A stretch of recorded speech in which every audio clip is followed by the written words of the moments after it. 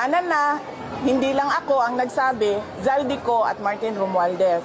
Si Zaldico, hinayaan nilang umalis ng bansa. Si Martin Romualdez, hinayaan nilang mag-resign. Nag-resign naman na, so tapos na ang usapan. Ang Office of the President, involved sila sa kidnapping ni dating Pangulong Rodrigo Duterte. Bakit ngayon, nawala si Zaldico at aalis si Martin Romualdez, hindi man lang nila magawa na kidnapin si Zaldico doon sa Amerika at ibalik dito sa atin sa Pilipinas. At hindi man lang nila magawa na ikulong si Martin Romualdez diyan sa detention unit ng House of Representatives. Wala. Dahil wala silang sinseridad. Pinapakita lang nila sa mga tao na kunwari meron silang ginagawa. Pero ang totoo niyan, naghahanda lang sila para sa hatian ng 2026 budget at para sa kung anong gagawin nila sa 2028. Grabe si Inday Sara, mga ka-Duterte, solid. Walang patutsyada si Inday, mga idol, tarang direct to the point. Zaldico at Martin Romualdez pagdating ng hatian sa 2028. Kasi mga ka-Duterte, grabe naman talaga. Kasi itong nangyayaring, alam naman natin to, itong corruption ay lantaran na, di ba?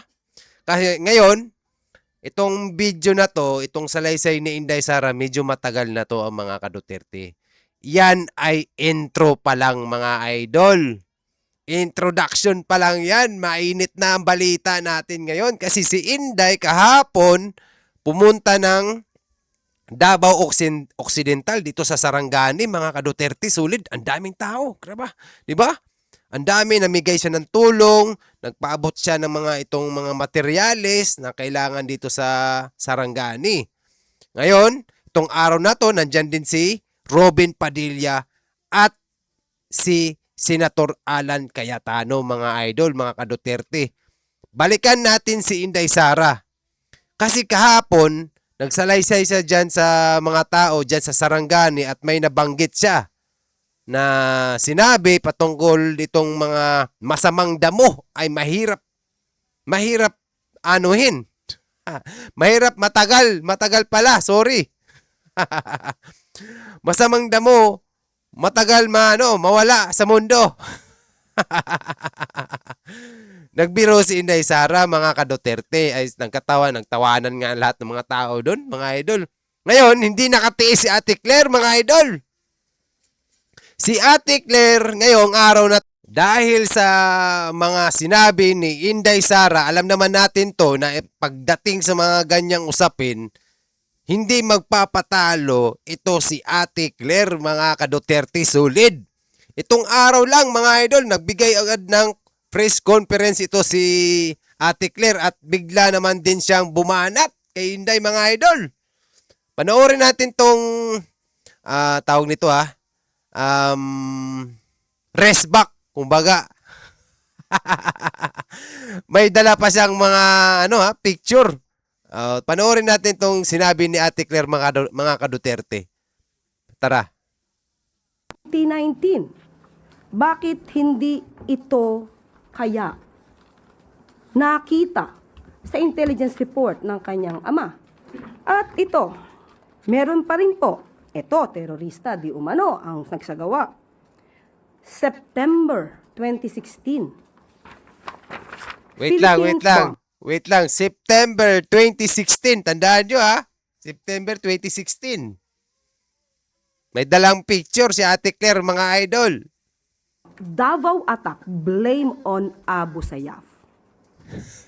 Bakit hindi niya kaya tinuruan ang kanyang ama para marisulba or ma-counter ito agad? Okay? Meron Tingnan mo, Davao attack itong Abu Sayyaf. Bakit hindi ma-counter daw? Mga idol. Bakit na nga naman Inday Sara? Ba't daw di na mapigilan? Ano bang ginawa ni Tatay Digong nung panahon nila? Di ba pinulbos itong mga Abu Sayyaf? Ganun lang yun, Ate Claire. Yun lang ang sagot ko. Tuloy pa na natin. pa pong isa. May isa pa. November 29, 2016. Oh, November 29, 2016. Oh, sige, Ate Claire, sige, ano pa ba yan? 9 injured in bomb blast targeting Duterte's security team. Oh, 9 injured. Siguro ito ay bombing dyan sa Davao City siguro to. 9 injured daw. Magaling naman po yata siya magpuna. Pero walang solusyon na naibibigay. Sana magbigay siya ng solusyon. Ay, nako po. At ito pa po, Oh, may isa pa, pangatlo. 2019, Duterte Honors Cup killed in school explosion. Hindi po ba dapat kung napakagaling niya magbigay ng suggestion, dapat ay tinuruan niya ang kanyang ama para ito ay na-prevent. May mga pagkakataon po na hindi maiiwasan ng mga ganitong sitwasyon, especially sa pangyayaring ito, mga estudyante, mga minor de edad, hindi terorista. At sa susunod sana, bago magbigay ng pamimintas at paninira ang Vice Presidente, itanong niyo sa kanya ano ang kanyang suhestyon. Wow, Ate Claire ha. Alam niyo mga idol, ito lang napapansin ko, no? Pansinin niyo mabuti. Pag may mga sinabi rin si Inday ha, ang sasagot talaga yan si Ate Claire. Never yan magsasalita si BBM. Never yan magsasalita. Wala kang maririnig dyan kahit kapatid nga niya eh. Pansin nyo, wala siyang komento sa kapatid niya. Didma lang yan. Kahit anong sinasabi ng kapatid niya, adik ba siya? O ang kapatid ko ay lulong sa droga. Wala. Wala siyang mga ganun Ang sasagot lagi si Ate Claire, mga ka-Duterte. Wala nang iba. Ganon din si Inday Sara. Pag may sinabi si Inday Sara, lalo ng mga ganun, kasi naman talaga si Inday, mapagbiro kasi itong mga Duterte, mga idol eh.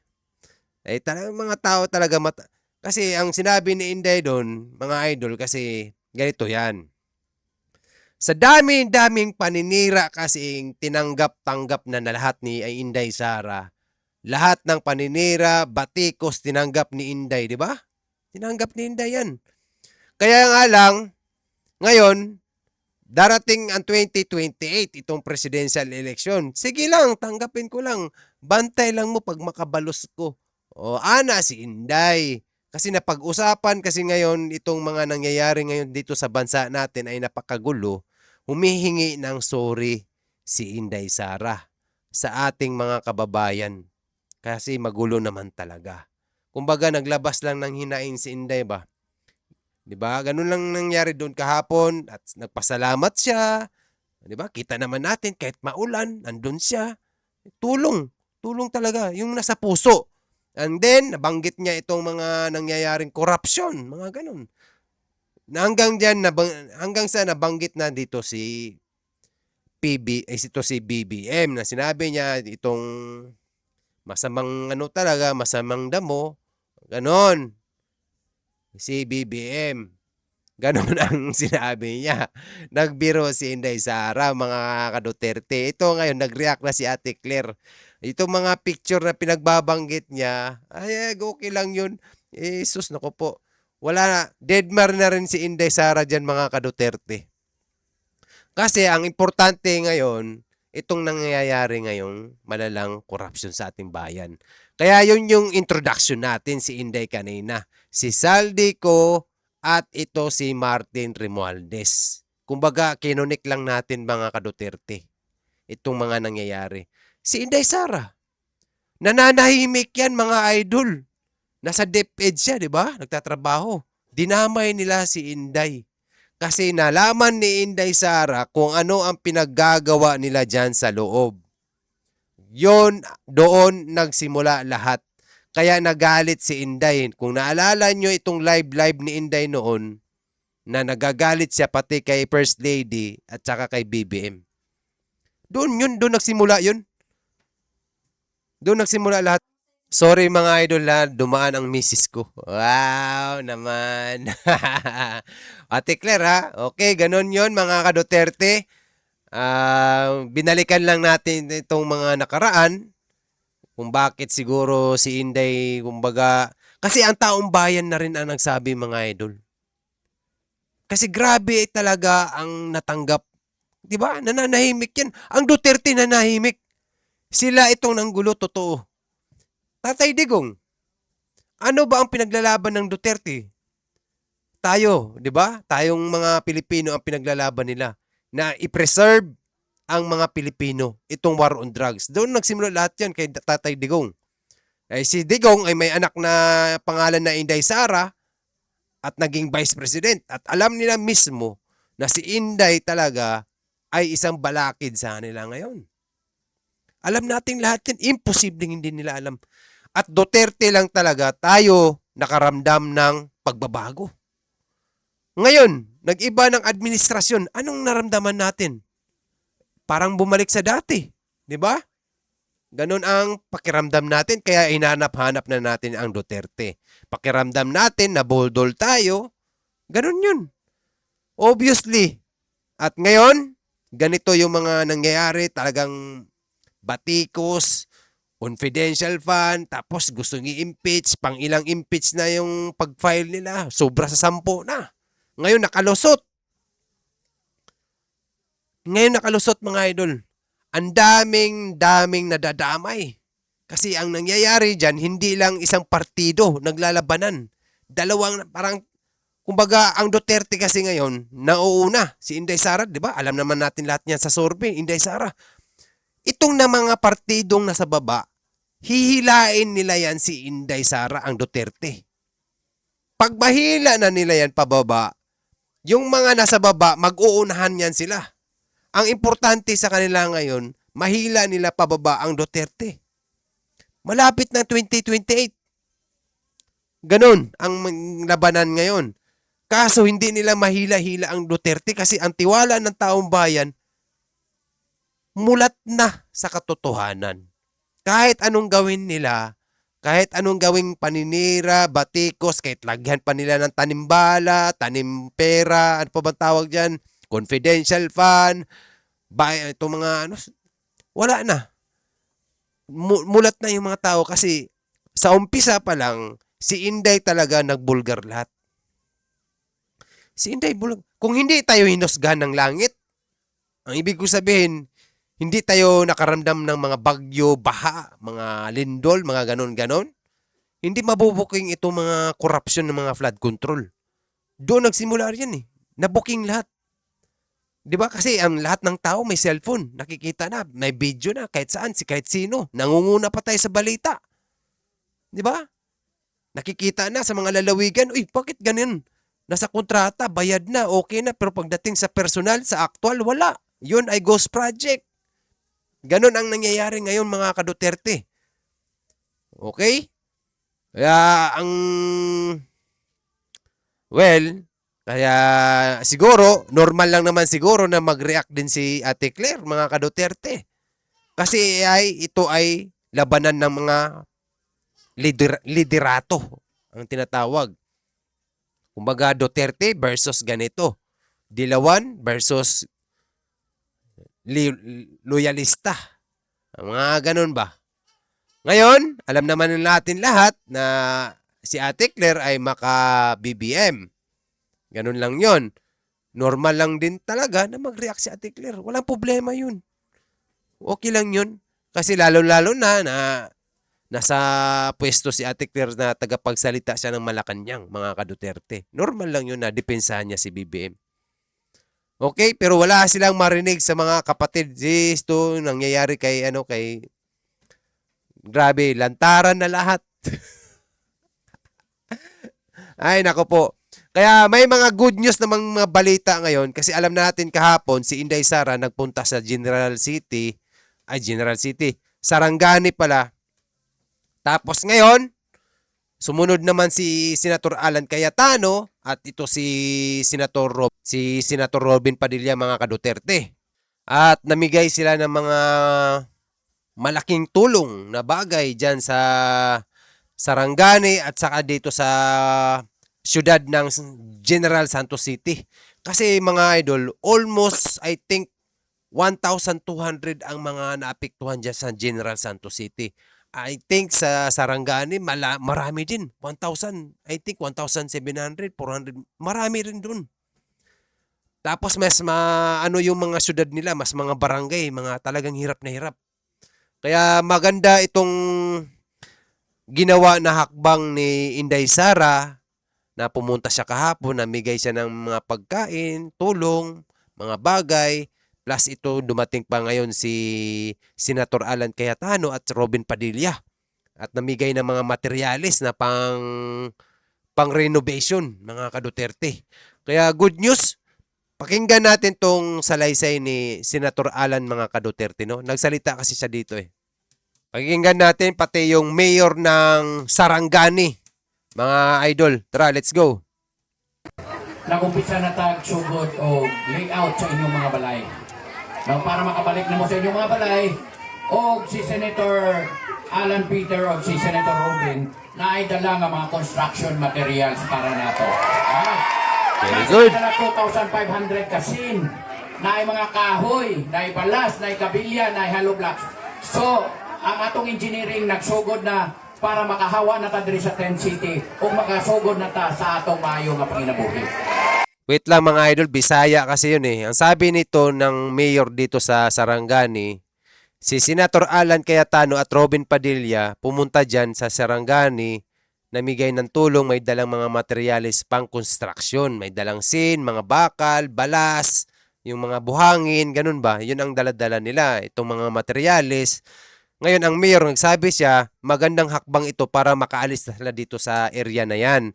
Kasi temporary, dyan sila dyan sila nakatira. Kasi maraming naapektuhan talaga sa Sarangani Province, mga ka-Duterte. Kaya malaking tulong ito na dala ni Alan Cayetano at Robin Padilla. Okay? Tuloy natin. So, yung tayo lang pagsabot kay dili lang gamay ang naapektuhan. Sa buong Glan, ang naepektuhan at nasiraan ng bahay is more than 14,000 totally damaged houses. Sipin mo yan mga ka-Duterte, 14,000 ang naapektuhan sa Sarangani. Tapos doon sa Jensan, I think 1,400 o 200. Grabe ang nangyari dyan sa Sarangani, mga ka-Duterte. Dyan kasi ang pinakamalakas 7.8 magnitude. Di ba? Tuloy pa natin, mga idol. So, dili ko kabalog, kinsay ako unahon. Pero kay tungod ang barangay captain sa poblasyon na ako man nasawa, giuna kamo ang barangay poblasyon. Mga idol, ang sabi ng mayor, hindi daw niya alam kung saan siya magsisimula itong tulong, itong gagawin na rehabilitasyon, itong mga renovation. Kasi lahat apektado. Total, ang asawa ng mayor ay barangay kapitan dyan sa poblasyon, itong syudad. Kasi poblasyon ang tawag yan mga idol. Kumbaga, kung nasa Makati City ka, may poblasyon na tinatawag. Ganon din sa Sarangani.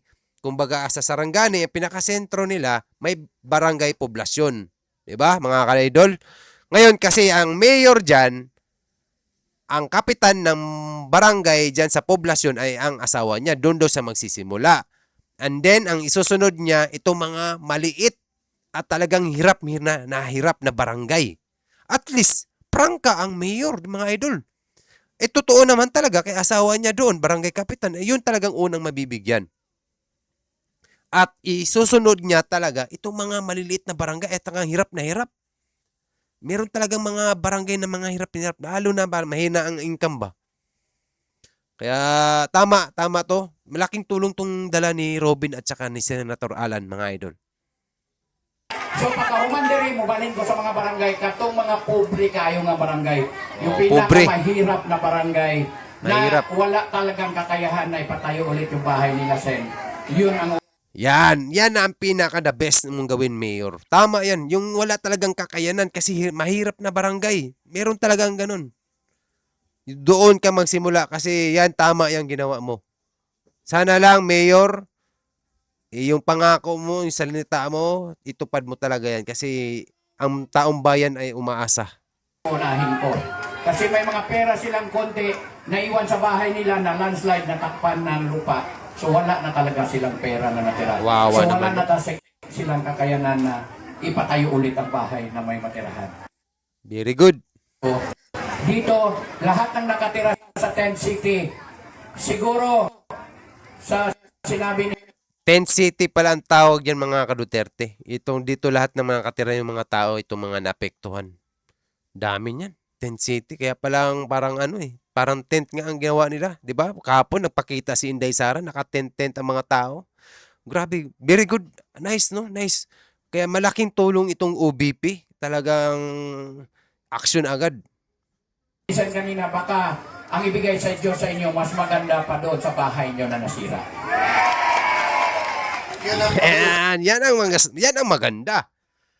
Kung ang bahay mo dati ay ganito, baka mas maganda pa daw. Oh, 'di ba? Very good ka, Mayor. Tuloy natin. Namin ngayon, di ba? 14,000, hindi biro yon. So, hindi talaga sabay-sabay. Hindi talaga biro itong 14,000 mga ka-Duterte. Yan, magsasalita na si Alan. Hindi talaga biro ang 14,000 na naapektuhan. Ang sabi ni Alan, hindi ito sabay-sabay kasi hindi ito biro. Kaya yung iba dyan mag-antay, talagang mag-antay talaga. Napakahirap ang sitwasyon sa Sarangani.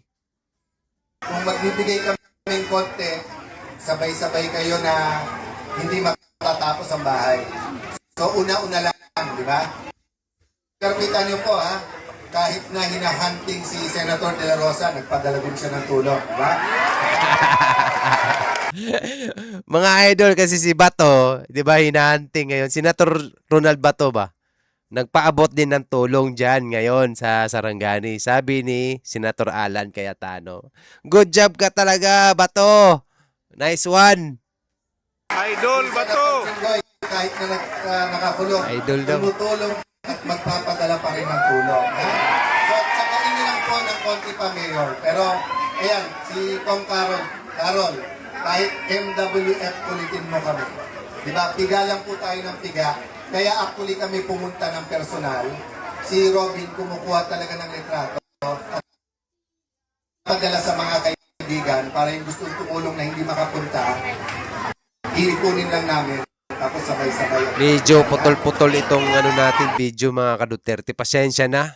Ito ay minsan di naman talaga perfect. Base naman sa narinig natin, itong nagpaabot nga rin si Senator Bato at saka lahat daw sila doon, yung mga gustong magpaabot ay talagang nagsisikap din sila itong mga senador na makatulong dyan sa kanila. Very nice at napakamalaking tulong ito. Ito ay sinyalis ng pag-asa dyan sa Sarangani, mga ka-Duterte. At dumaan pa si Senador Alan at Robin Padilla sa Jensan, mga idol. Dumaan sila doon, nagbigay rin sila ng tulong. Kasi dito lang talaga nakaano sila kasi grabe talagang naapektuhan dito. Alam naman natin to, si Inday dyan kahapon, pumunta rin siya. Ang pinaka-importante dito mga idol, mga ka-Duterte solid, no? Ang presensya nila. Na bilang isang leader, kahit senador ka man, maramdaman man nila na mayroong leader na magmamalasakit. Alam naman natin tayo na hindi naman tayo ganun kayaman. Kahit bansa natin, hindi rin ganun kayaman. Ang pinaka-importante kasi dito, maramdaman ng taong bayan yung presensya ng namumuno. Kahit maliit lang na bagay, pagkain, tubig, materyales, mga sin, mga yero, mga bakal, okay, malaking tulong yun. Para magsimula. Yan ang pinaka-importante sa lahat na maramdaman nila yung malasakit at pag-asa na para magsimula ulit. 'Di ba? Napaka-importante yan. Alam natin lahat yan.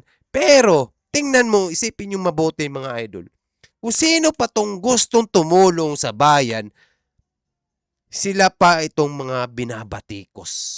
Robin Padilla, General, Senator Ronald Bato, lalong-lalo na si Inday Sara, mga idol. Bakit kaya? 'Di ba? Ang tanong, bakit talaga gustong-gusto nila pabagsakin ang Duterte? Dahil ba sa nakikita natin ang pagmamahal ng taong bayan ay napakasulit? O dahil ba sa mga pangsariling interes? Yun ang tanong natin lahat. At tayong taong bayan, alam na natin yon kung bakit hindi mo na kailangan i-explain. Maraming mananagot at maraming matutulungan ang mga Duterte. At tayong mga Pilipino, tayong mga taong bayan, magkakaroon ng kunting kaginhawaan, disiplina. Di ba? Ganun eh. Tayo, naku po, ang kulang lang talaga sa atin ngayon, ang nangyayari kasi sa atin mga idol, nagbabangayan. Tayong mga Pilipino, kaya wala tayong lahat ng gustong umupo, lahat mangawat. Ilan lang yung mga tao talaga diyang mga politiko na naglilingkod na tunay na serbisyo na totoong tumulong para sa ating lahat. Bilang lang yan sila dyan. Halos lahat dyan talaga. Lalong-lalo na dyan, sus, nako po. Pag napansin mo, laos na wag na. Ang ibig ko sabihin, hindi ko naman nila lahat. Napakakawawa tayo mga idol. Kaya wag tayong tawag nito. Wag tayong papayag na ang Duterte, lalo na si Inday, pabagsikin nila. At alam mo bang mangyayari mga ka-Duterte? Pag once ma-impeach yan si Inday, never na siya pwedeng tumakbo kahit barangay kapitan, barangay tanod, mayor, hindi na talaga siya pwede. Na-impeach ka na. Yun. Balakid nila ito si Inday Sara. Napakabata pa. Ilang taon pa lang yan si Inday. Marami pa tong magagawa sa ating bayan, mga idol. Sayang. Kita nyo ng Davao ngayon? Napakaganda, napaka-progreso. Ang ibig ko sabihin, bakit pa tayo maghahanap ng iba kung naghahanap tayo ng leader na matino? Duterte na. Hayaan nyo yung itong mga nagbabatikos, mga paninira. Ay, yung mga kontra nila yun. Normal yan kasi ito'y laro ng politiko. Ang importante, tayo ay naniniwala at may respeto sa mga Duterte. Ang importante, hindi ka rin nanira. Ang importante, gumagawa ka ng totoo para sa bayan. Nagmamalasakit, nagmamahal sa ating bayan, sa ating mga kapwa Pilipino, sa mga kabataan. Ngayon, ganun lang. Importante, war on drugs, ilimitahan, aksyon agad, itong mga krimen, ganoon dapat, tapos corruption. Number 1, yan tatlo na yan. Pag once ma-implement niyan ng bansa natin, ng leader natin, aasenso ang Pilipinas. Unti-unti. Kasi naramdaman na natin yan sa panahon ni Digong. Okay, mga idol? Kaya ito mga balita, ito lang yung mga ganap ngayon. Kaya bukas pala, 24 bukas, abangan natin tong huling araw ni Rene Baterbonia, mga ka-Duterte, kasi itong araw na to, dumalaw si Ginebra, Scotty Thompson. Kaya believe ako dyan, isang idol ko yan, si Scotty Thompson. Good. Thank you sa Idol Scotty. Salamat sa inyong pagdalaw kay Rene Baterbonia, itong MVP ng ating Pride Mindanao, mga idol. Kaya sana magkaroon ng hustisya si Rene at sana nasa heaven na siya. Idol, easy rest in peace. Salamat sa inyong mga kabutihan, Idol Rene. Maraming salamat. May pusong ka. Makabayan, makatao, may mabait talaga. Pamilya, maliit lang, kahit pobre tayo. Importante, masaya, wala kang mabuting tao ka. Okay? At sa mga sinabi mo noon na babalik ka after 5 years, abangan namin yan. Sana kung ano man yun, sa kapatid ka man pupunta at papasok ng yung spirito mo, malalaman namin lahat yan. Salamat sa iyong mga alaala at abangan natin to mga idol yung kanyang huling hantungan.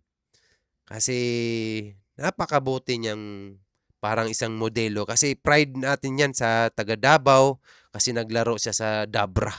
Kaya maraming salamat sa kay Mayor Baste Duterte sa pagtulong sa pamilya Baterbonia. Malaking tulong po ang ginagawa nyo. Mayor Baste, maraming salamat po sa inyong lahat. Mga idol, mga solid, mga ka-Duterte solid, mag-ingat tayong lahat, tayong mga taga-suporta, lalong-lalo na dyan sa Senado. Alam naman natin dyan, marami tayong mga kaibigan dyan, mga kababayan, mag-ingat tayong lahat. Okay, maraming salamat kay Senator Alan Cayetano, Robin Padilla, lalong-lalo na sa ating butihing future President Inday Sara Duterte. Maraming salamat po, ma'am. Dagang salamat at mayong gabi sa inyong tanan, mga idol. Maraming salamat sa mga nag-follow at nag-subscribe. Abangan natin itong mga susunod na balita, mga idol. Ate Claire, relax lang, mga idol. Kaya ito ay larong politika. Ano lang tayo, importante, going straight para sa bayan at para sa ating kinabukasan. See you and goodbye. Maraming salamat, mga idol!